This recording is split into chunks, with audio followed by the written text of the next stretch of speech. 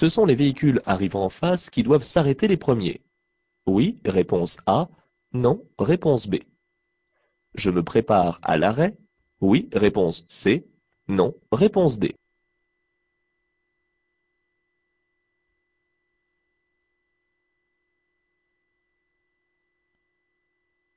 Je circule au volant d'une fourgonnette. Je ralentis. Oui, réponse A. Non, réponse B. Je serre à droite. Oui, réponse C. Non, réponse D.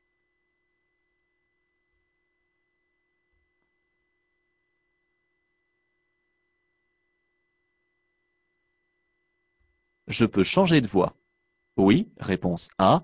Non, réponse B.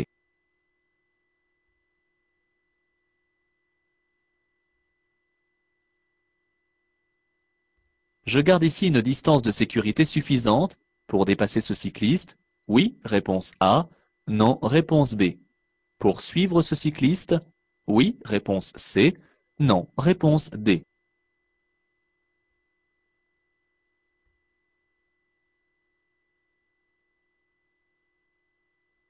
Pour dépasser ici ce cycliste, je dois laisser une distance de sécurité d'au moins 1 mètre. Réponse A.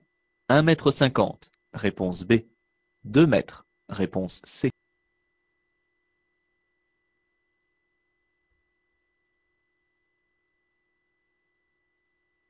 Je peux changer de fil pour aider ce camion à dépasser.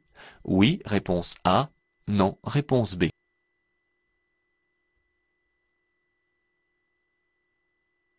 En suivant un véhicule qui dépasse, je dois laisser 2 secondes d'interdistance. Oui, réponse A. Non, réponse B. Je suis à bonne distance de l'usager devant moi. Oui, réponse C. Non, réponse D.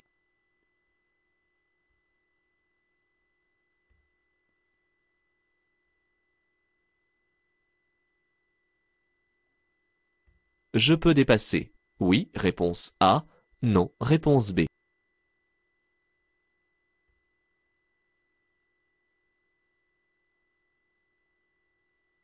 Je laisse passer cet usager. Oui, réponse A. Non, réponse B.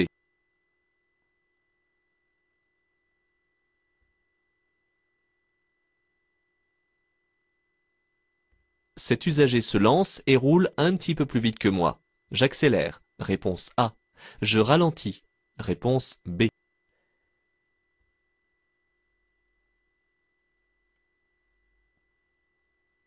Après le panneau, je peux circuler à 30 km/h. Réponse A.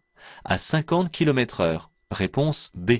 À 70 km/h. Réponse C. À 90 km/h. Réponse D.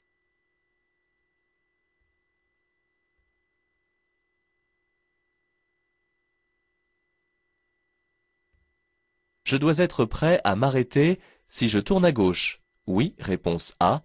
Non, réponse B. Si je tourne à droite. Oui, réponse C. Non, réponse D.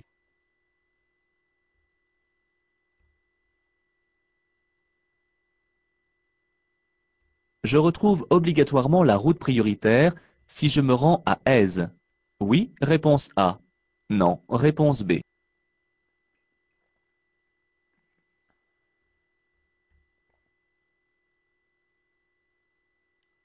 Je cède le passage aux usagers venant de la gauche. Oui, réponse A. Non, réponse B. Entrant à droite. Oui, réponse C. Non, réponse D.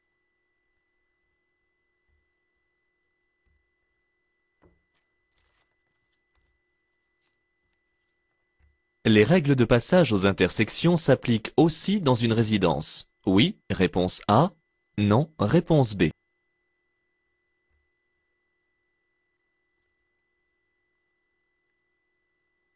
La signalisation indique que je vais rencontrer un passage pour piétons à 50 mètres.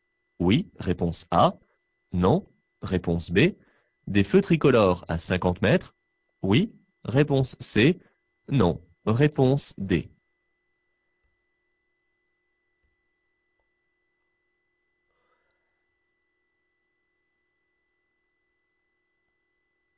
Ce panneau m'oblige à continuer tout droit sur 800 mètres. Oui, réponse A. Non, réponse B.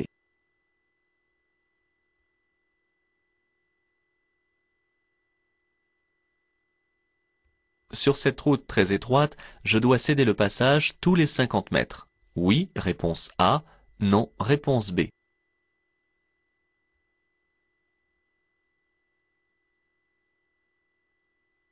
Ce panneau positionne un passage pour piétons. Oui, réponse A. Non, réponse B. Un ralentisseur. Oui, réponse C. Non, réponse D.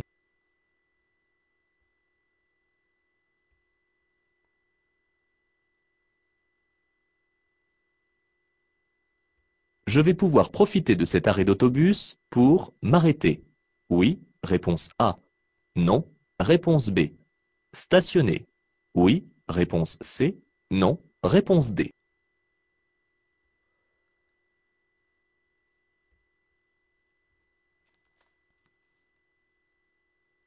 En stationnant sans autorisation sur ce parking privé, je risque une amende.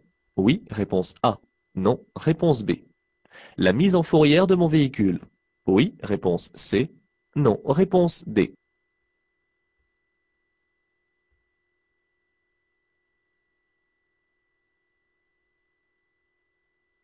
Si je stationne sur l'accotement à droite, ce stationnement est considéré comme interdit. Réponse A. Gênant. Réponse B. Dangereux. Réponse C.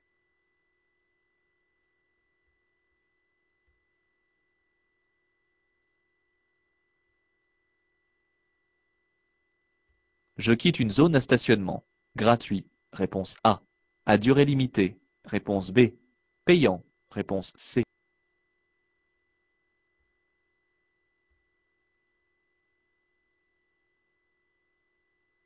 Ce parking est limité à 1 heure. Réponse A. 1 jour. Réponse B. 7 jours. Réponse C.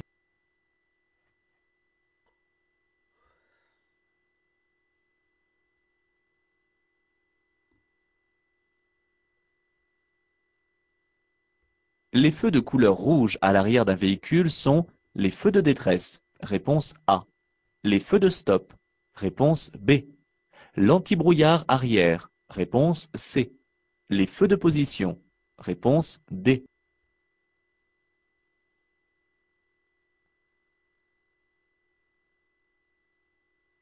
J'attends pour dépasser. Oui, réponse A. Non, réponse B.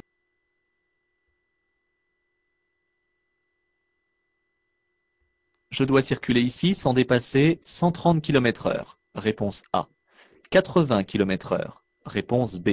50 km/h. Réponse C.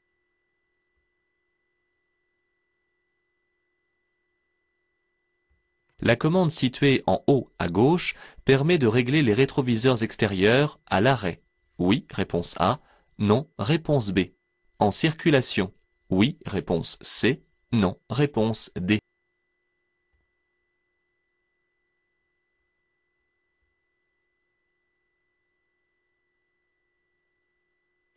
Ce dispositif est la commande d'allumage des feux. Réponse A. La commande des différents éclairages de l'habitacle. Réponse B.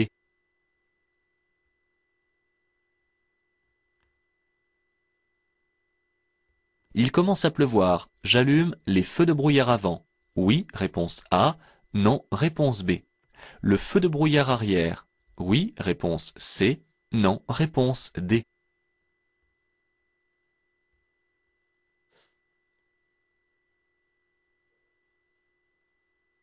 Actionner le limiteur de vitesse permet d'économiser du carburant. Oui, réponse A. Non, réponse B. De diminuer le stress. Oui, réponse C. Non, réponse D.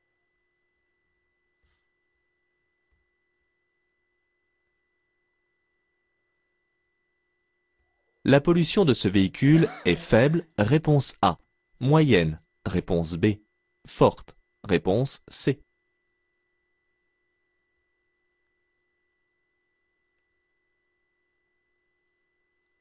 Je peux encore dépasser. Oui, réponse A. Non, réponse B.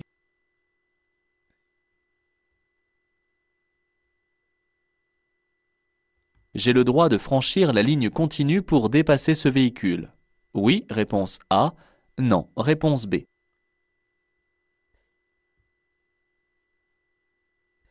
L'interdiction de dépassement concerne les poids lourds. Oui, réponse A. Non, réponse B. Je peux dépasser? Oui, réponse C. Non, réponse D.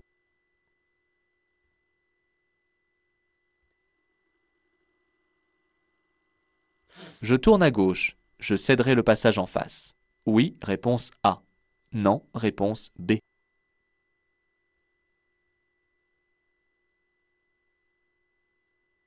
Céder le passage aux autres usagers signifie ne pas les obliger à ralentir.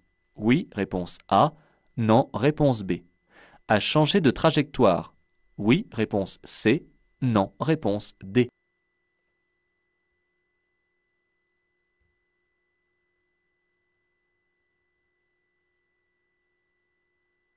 Le panonceau rappel concerne uniquement le panneau de prescription. Réponse A. Les deux panneaux. Réponse B.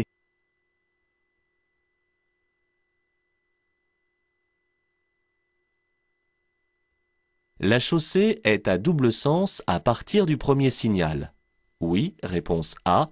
Non, réponse B. Limité à 50 km/h seulement à partir du second signal. Oui, réponse C. Non, réponse D.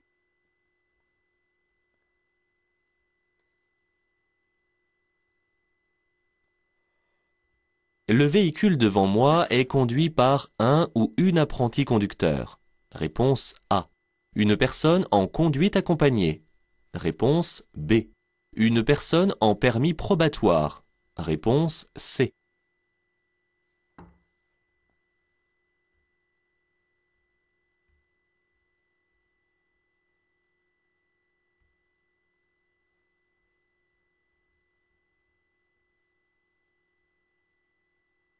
Le passage est très étroit, au point de nous obliger à nous arrêter tous pour ajuster au mieux le croisement. Il n'y a pas ici de règle particulière du fait que je suis engagé depuis longtemps. Je commence par m'arrêter, puis je serre au maximum à droite et ceux d'en face aussi. Vu ma position sur la chaussée, il devient urgent de ralentir et de serrer à droite pour faciliter le croisement avec ce gros véhicule agricole.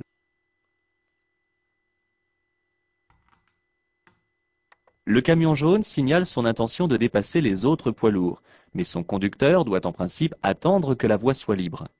Je dois cependant prendre en compte la difficulté de manœuvre de ses usagers et prendre l'initiative de l'aider en changeant de voie si celle de gauche est libre. Je dois avoir le souci de respecter et de protéger les usagers les plus vulnérables sur la route. Dans cette situation, j'ai analysé avec un peu de retard que le marquage au sol, zébra et ligne continue interdit encore le dépassement. De plus, un véhicule arrive en sens inverse. Si le cycliste fait un écart de direction, je serai ici dans l'impossibilité de modifier ma trajectoire. Je suis vraiment trop près, que ce soit pour suivre ou pour dépasser. Lorsque je dépasse un usager, je dois toujours respecter une distance latérale minimum de sécurité appropriée à ma vitesse et au type d'usager. Par exemple, pour un cycliste en ville, ma distance de sécurité sera de 1 mètre minimum, car je circule à 50 km/h au maximum. En revanche, hors agglomération, ma distance de sécurité minimale sera de 1,50 m car la vitesse est plus élevée. Ce sont des distances minimales qui ne m'interdisent pas d'en laisser plus. Le conducteur du poids lourd a indiqué son intention de dépasser l'autre camion devant lui. En restant ici, je risque de couper son élan. Raison pour laquelle, à l'aide du clignotant, il avertit à l'avance de son intention. Si personne n'est derrière moi sur la troisième voie, je peux l'aider dans sa manœuvre de dépassement en changeant de fil. Quelle que soit la situation, je dois impérativement laisser une distance de sécurité avec l'usager devant moi. Cette interdistance correspond à 2 secondes, soit plus de 70 mètres à 130 km/h. Ici, il y a tout au plus une dizaine de mètres, ce qui rend la situation dangereuse en cas de freinage. Le panneau d'indication ainsi que les flèches de rabattement obligent à rester à droite. Je ne dépasse pas et garde la distance de sécurité derrière ce camion. Une règle chapeaute toutes les règles de passage en intersection ou dans un passage étroit comme ici. Je ne peux m'engager que si je suis en mesure de dégager le lieu sans attendre et sans bloquer le passage. Ici, cet usager à la fois en sommet de côte et ensuite en descente aurait dû s'arrêter et devrait reculer. Mais il est engagé. Et il est plus facile pour nous deux que je reste là où je suis, car il pourra dégager dans l'espace qui s'élargit à ma gauche. Cet usager a peut-être mal mesuré ma vitesse d'arrivée pour son insertion dans la voie de circulation. Je n'ai pas à m'imposer et il est plus prudent de l'aider. Par courtoisie, je vais donc ralentir un peu. Auparavant, il était interdit de circuler à plus de 30 km/h.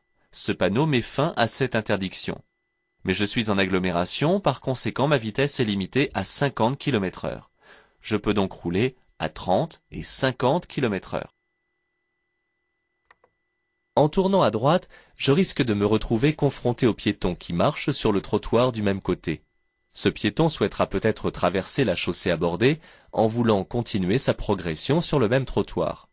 Je dois donc être prêt à m'arrêter car cette personne ne me voit pas, étant de dos.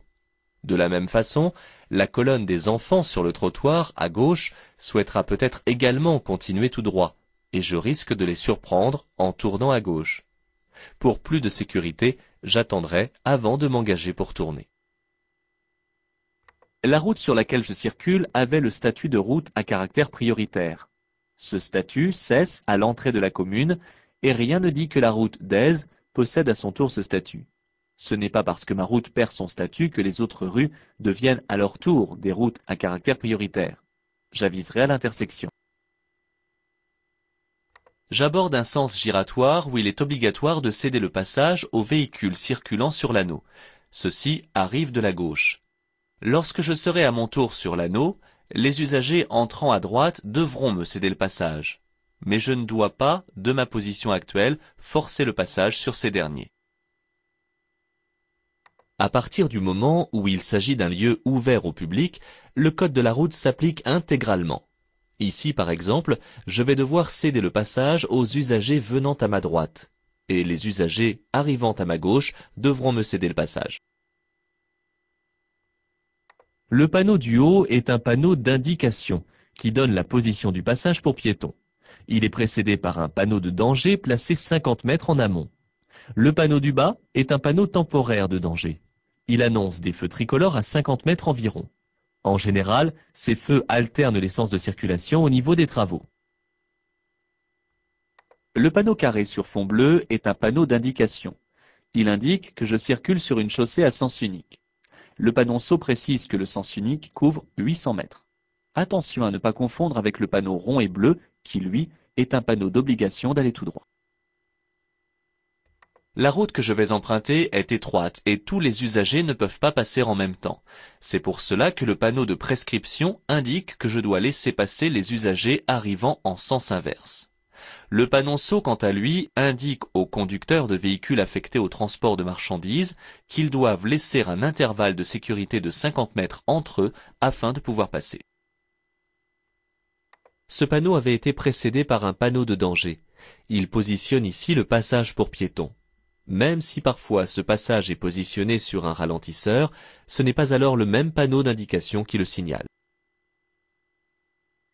Qu'il soit implanté hors ou en agglomération, l'arrêt et le stationnement sur les emplacements réservés aux autobus sont considérés comme gênants, donc interdits. Si je ne respecte pas cette règle, je risque une amende. Le panneau de prescription interdit l'accès de ce parking aux usagers étrangers à la propriété.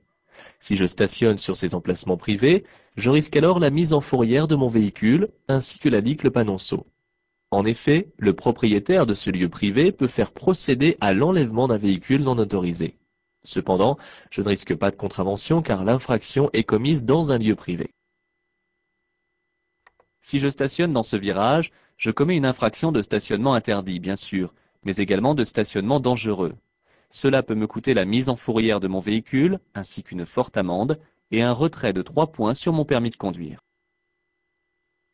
Ce panneau me signale que je quitte une zone où le stationnement était payant et à durée limitée. Cela m'est indiqué grâce au petit symbole qui représente un parc-mètre.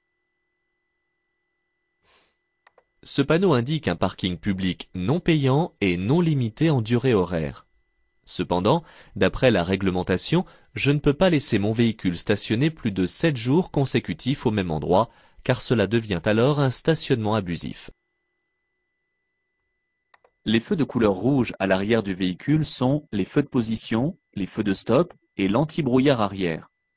Les feux de détresse sont de couleur orangée et les feux de marche arrière sont blancs. La ligne axiale est mixte, ce qui autorise le dépassement au véhicule de mon sens de circulation. Cependant, la courbe au loin réduit trop la visibilité vers l'avant. De plus, le soleil rasant m'empêche de bien voir si un véhicule arrive en sens inverse. Pour le moment, je reste donc sagement derrière le poids lourd. Il arrive parfois que les conditions météorologiques extrêmes obligent à un comportement très contraignant. Dans le cas où la visibilité est réduite à environ 50 mètres, comme ici, je dois appliquer la règle des 50. 50 mètres, 50 km/h, 50 mètres de distance de sécurité minimum. Avant de prendre la route, je dois m'installer correctement à mon poste de conduite, régler le siège et le dossier, régler les rétroviseurs extérieurs et intérieurs, boucler ma ceinture et vérifier que tous mes passagers en font autant. Pendant que je roule, toute mon attention doit être mobilisée sur ma conduite et sur les autres usagers. Ce n'est pas le moment de régler les rétroviseurs. Ce dispositif est un plafonnier. Il sert à sélectionner les différents éclairages de l'habitacle, central, à gauche ou à droite. L'éclairage peut être permanent ou s'allumer automatiquement au verrouillage ou au déverrouillage des portes du véhicule. Il peut aussi être éteint en permanence. Par temps de pluie, la visibilité est réduite. Pour mieux voir, j'actionne mes essuie-glaces et pour être vu, j'allume mes feux de croisement. Les feux de brouillard arrière et avant sont interdits par temps de pluie car ils éblouissent les usagers. Pour pouvoir allumer les feux de brouillard avant, il faut une forte pluie qui fasse rideau. Le limiteur automatique de vitesse permet au conducteur de ne pas dépasser la vitesse qu'il s'est fixée. De ce fait, il permet d'économiser du carburant et de réduire les émissions d'échappement. De plus, en réglant correctement ce limiteur, je suis certain de ne pas dépasser les limitations en vigueur, ce qui participe à diminuer le stress. Cette étiquette, obligatoire sur les véhicules neufs, permet de connaître le niveau de pollution du véhicule que l'on acquiert. Du vert foncé, faible pollution, au rouge vif, très forte pollution, on trouve les niveaux intermédiaires. À partir du niveau jaune, la pollution commence à devenir importante. J'aperçois la première flèche de rabattement qui annonce une ligne continue. Il reste donc 150 mètres, ce qui est insuffisant pour commencer un dépassement, car la manœuvre risque de ne pas être terminée avant le début de la ligne continue. Une ligne continue interdit le dépassement de tous les véhicules, y compris celui des véhicules circulant à allure lente. Sinon, il y aurait une ligne de dissuasion. Le panneau d'interdiction concerne les poids lourds du fait que le symbole comporte la silhouette d'un camion. Cependant, la ligne au sol n'incite pas au dépassement, sauf un véhicule à progression lente.